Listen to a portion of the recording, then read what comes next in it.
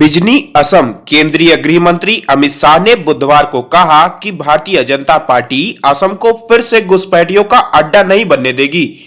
उन्होंने एआईयूडीएफ प्रमुख बदरुद्दीन अजमल से कड़े शब्दों में कहा कि भाजपा पिछले 5 वर्षों के दौरान उनके द्वारा अतिक्रमण की गई जमीन को सफलतापूर्वक मुक्त कराने में असम को फिर से घुसपैठियों का अड्डा नहीं बनने देगी। अजमल ने कथित तौर पर दावा किया था कि राज्य में अगली सरकार के गठन का ताला और चाबी एआईयूडीएफ का चुनाव चिन्ह उनके हाथ में है। मुंबई। महाराष्ट्र के स्वास्थ्य मंत्री राजेश टोपे ने बुधवार को कहा कि राज्य में कोविड-19 के फैलने से रोकने के लिए आने वाले दिनों में लोगों को कड़े कदमों के लिए तैयार रहना चाहिए। राजेश टोपे ने यहां पत्रकारों से कहा कि जान बचाना सरकार की प्राथमिकता है। महाराष्ट्र में पिछले सप्ताह से कोरोना वायरस संक्रमण के मामलों में बढ़ोतरी देखने को मिली। मुख्यमंत्री उद्धव ठाकरे ने रविवार को अधिकारियों से कहा कि वे लॉकडाउन के कार्यान्वयन के लिए एक योजना तैयार करें जिसका राज्य भी अर्थव्यवस्था पर न्यूनतम प्रभाव पड़े। किसानों का ऐलान, मई में संसद तक पैदल मार्च, 10 अप्रैल को बंद करेंगे एक्सप्रेसवे। संयुक्त किसान मोर्चा एसकेएम ने बुधवार को कहा कि दिल्ली की सीमाओं पर नए कृषि कानूनों के खिलाफ आंदोलन कर रहे किसान संसद तक पैदल मार्च करेंगे।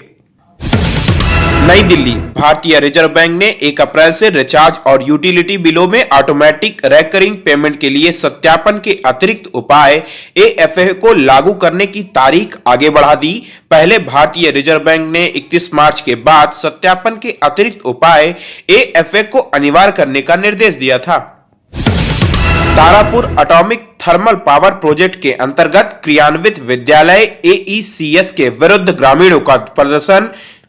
उनकी मांग है कि प्रोजेक्ट प्रभावित गांवों के परिवारों के विद्यार्थियों को निःशुल्क शिक्षा देने के वादे के बाद अब विद्यालय प्रशासन द्वारा बड़ी फीस राशि की मांग की जा रही है जो अनुचित है। इसको वापस लेने की मांग पर अड़े ग्रामीणों ने भूख हड़ताल की चेतावनी दी। पुलिस प्रशासन सहित सुरक्षा व्यवस्था चाक चौबंद रही।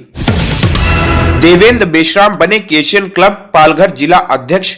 केशियन क्लब के पुराने सक्रिय कार्यकर्ता व पूर्व पालघर जिला उपाध्यक्ष, तेज तर्रार कार्यकर्ता, सार्वजनिक क्षेत्रों में प्रयासरत, दिव्यांगों के लिए कई कार्यों में मूलभूत जिम्मेदारी निभाने वाले सामाजिक कार्यकर्ता एवं सम्यक दृष्टि व प्रखर वक्ता एवं क्षेत्र की समस्याओं हेतु निरंतर लड़ने वाले देवेंद्र शिवचरण मेश्राम को राष्ट्रीय सेवाभावी संगठन केशियन क्लब का पालघर जिला अध्यक्ष नियुक्त किया गया। उनके नाम की प्रस्तावना प्रदेश अध्यक्ष गंगाधर जयुष्टे ने वसंतुति महाराष्ट्र प्रदेश से राष्ट्रीय महिला मोर्चा सचिव नीता श्रीधर राउत ने की।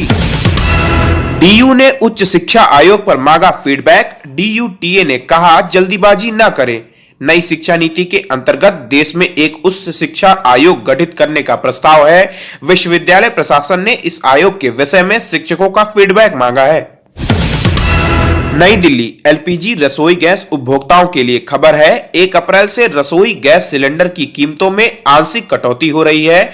इंडियन ऑयल की तरफ से दी गई जानकारी के अनुसार 1 अप्रैल से देश भर में 14.2 किलोग्राम रसोई गैस सिलेंडर के दाम में 10 रुपए की कटौती की गई। इस कटौती के बाद अब दिल्ली में रसोई गैस सिलेंडर का दाम 809 रुपए, अब तक यह दाम 819 रुपए था। वहीं कोलकाता में दाम 835.50 रुपए, मुंबई में 809 रुपए और चेन्नई में 825 रुपए प्रति सिलेंडर होगा।